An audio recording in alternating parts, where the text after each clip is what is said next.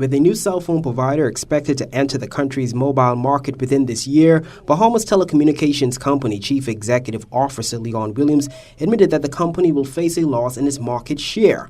However, Mr. Williams assured that BTC will maximize their efforts to hold on to as much of the Bahamian mobile market as possible in the wake of concerns regarding the charge of value-added tax on all services and products for BTC.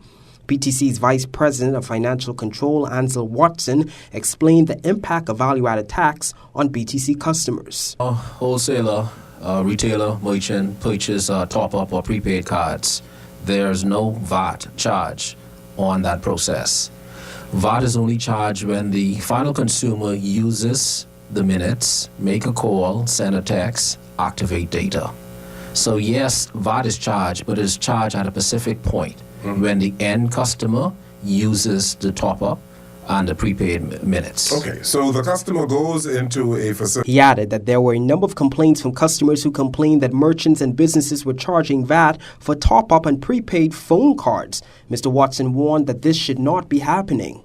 We have continuously sent out communication through master distributors, merchants, and retail store, and that has been a continuous process. Now, you would have one or two persons out there engaging in this practice. We ask the public to highlight them to us, send in the information, and we would speak to them and correct the process. Okay. But I think with this being the first few days of operations regarding VAT, some persons may be deliberately doing it, but certainly we've communicated with the merchants, and we will continue to re-communicate with them.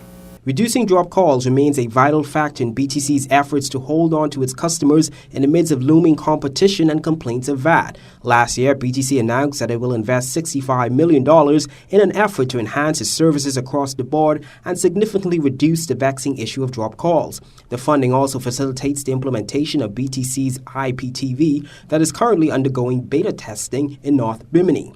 Back in November, Mr. Williams revealed that BTC was recording up to 40,000 drop calls per day. During the show on Tuesday, Mr. Williams revealed that drop calls have now been reduced even further to less than 0.5%. We built some 12 sites in New Providence. 10 of those are unfortunately still on generators. But we are building in the neighborhood about 28 sites throughout the country to be able to handle the capacity. So we are making progress. The money is in the network, and so you have to get the network up and running. You have to be able to provide a quality of service. Bahamians want to be able to have the same quality of service they have in the United States.